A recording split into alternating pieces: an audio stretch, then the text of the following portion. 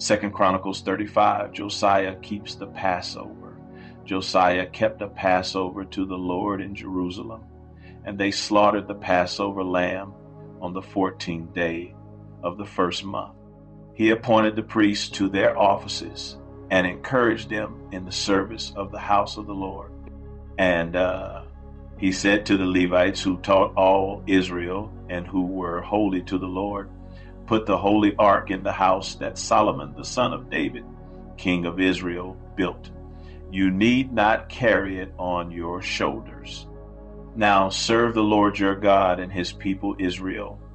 Prepare yourselves according to your fathers' houses by your divisions, as prescribed in the writing of David, king of Israel, and the document of Solomon his son.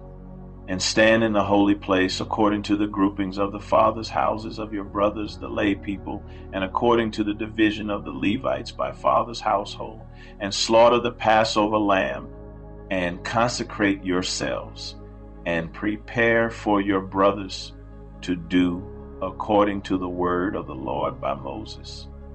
Then Josiah contributed to the lay people as Passover offerings for all who were present, lambs and young goats, from the flock to the number of 30,000, and 3,000 bulls. These were from the king's possessions. And his officials contributed willingly to the people, to the priests, and to the Levites. Hilkiah, Zechariah, and Jehiel, the chief officers of the house of God, gave to the priests for the Passover offerings 2,600 Passover lambs and 300 bulls. Conaniah also, and Shemaiah, and Nethanel, his brothers, and Hashabiah, and Jeiel, and Jozabad, the chiefs of the Levites, gave to the Levites for the Passover offerings 5,000 lambs and young goats, and 500 bulls. When the service had been prepared for, the priests stood in their place, and the Levites in their divisions according to the king's command. And they slaughtered the Passover lamb, and the priests threw the blood that they received from them, while the Levites flayed the sacrifices. And they set aside the burnt offerings, that they might distribute them according to the groupings of the fathers' houses of the lay people, to offer to the Lord, as it is written in the book of Moses.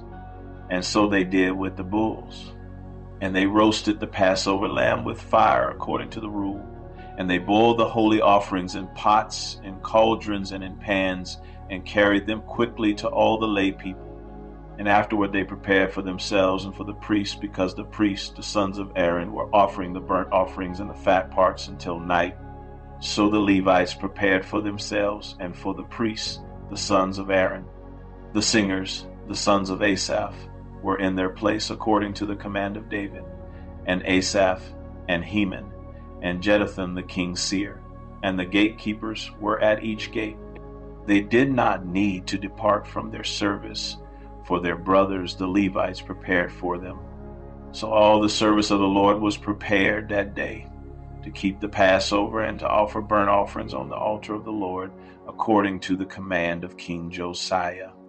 And the people of Israel who were present kept the Passover at that time and the feast of unleavened bread 7 days. No Passover like it had been kept in Israel since the days of Samuel the prophet. None of the kings of Israel had kept such a Passover as was kept by Josiah and the priests and the Levites and all Judah and Israel who were present, and the inhabitants of Jerusalem. In the 18th year of the reign of Josiah, this Passover was kept. Josiah killed in battle. After all this, when Josiah had prepared the temple, Necho, king of Egypt, went up to fight at Carchemish on the Euphrates, and Josiah went out to meet him. But he sent envoys to him, saying, "What have we to do with each other, king of Judah? I am not coming against you this day, but against the house with which I am at war. And God has commanded me to hurry. Cease opposing God, who is with me, lest he destroy you." Nevertheless, Josiah did not turn away from him, but disguised himself in order to fight with him. He did not listen to the words of Necho from the mouth of God, but came to fight in the plain of Megiddo. And the archers shot King Josiah. And the king said to his servants, "Take me away, for I am badly wounded." So his servants took him out of the chariot and carried him in his second chariot and brought him to Jerusalem. And he died and was buried in the tombs of his fathers. All Judah and Jerusalem mourned for Josiah. Jeremiah also uttered a lament for Josiah. And all the singing men and singing women have spoken of Josiah in their laments to this day. They made these a rule in Israel. Behold, they are written in the laments. Now the rest of the acts of Josiah and his good deeds, according to what is written in the law of the Lord, and his acts, first and last, behold, they are written in the book of the kings of Israel and Judah. 2 Chronicles 36, Judah's decline. The people of the land took Jehoahaz, the son of Josiah, and made him king in his father's place in Jerusalem. Jehoahaz was 23 years old when he began to reign, and he reigned 3 months in Jerusalem. Then the king of Egypt deposed him in Jerusalem and laid on the land a tribute of 100 talents of silver and a talent of gold. And the king of Egypt made Eliakim his brother king over Judah and Jerusalem, and changed his name to Jehoiakim. But Necho took Jehoahaz his brother and carried him to Egypt. Jehoiakim was 25 years old when he began to reign, and he reigned 11 years in Jerusalem.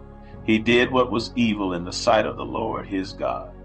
Against him came up Nebuchadnezzar, king of Babylon, and bound him in chains to take him to Babylon. Nebuchadnezzar also carried part of the vessels of the house of the Lord to Babylon, and put them in his palace in Babylon.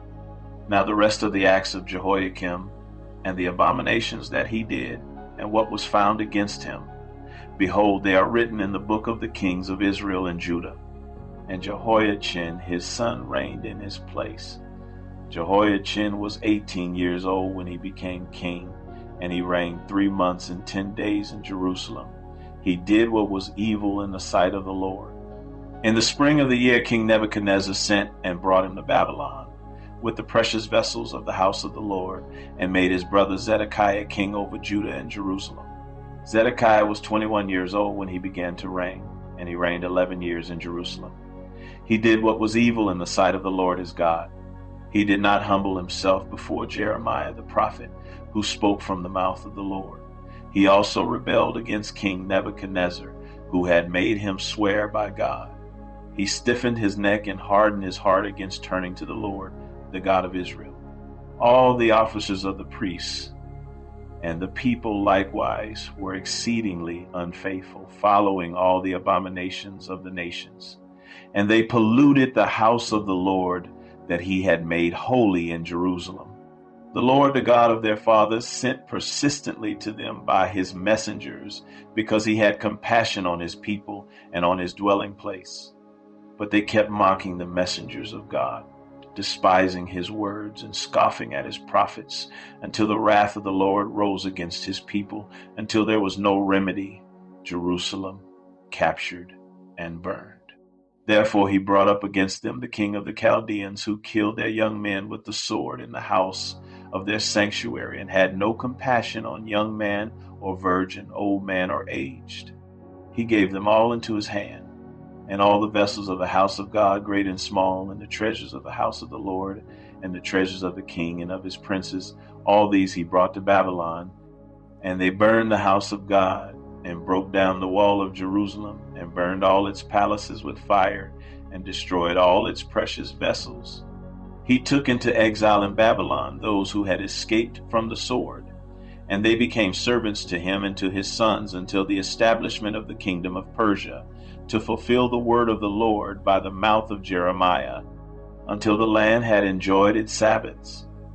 All the days that it lay desolate, it kept Sabbath, to fulfill 70 years. The proclamation of Cyrus. Now in the first year of Cyrus king of Persia, that the word of the Lord by the mouth of Jeremiah might be fulfilled, the Lord stirred up the spirit of Cyrus king of Persia, so that he made a proclamation throughout all his kingdom, and also put it in writing.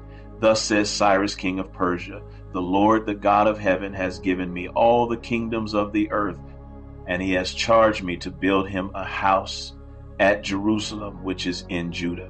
Whoever is among you of all his people, may the Lord his God be with him. Let him go up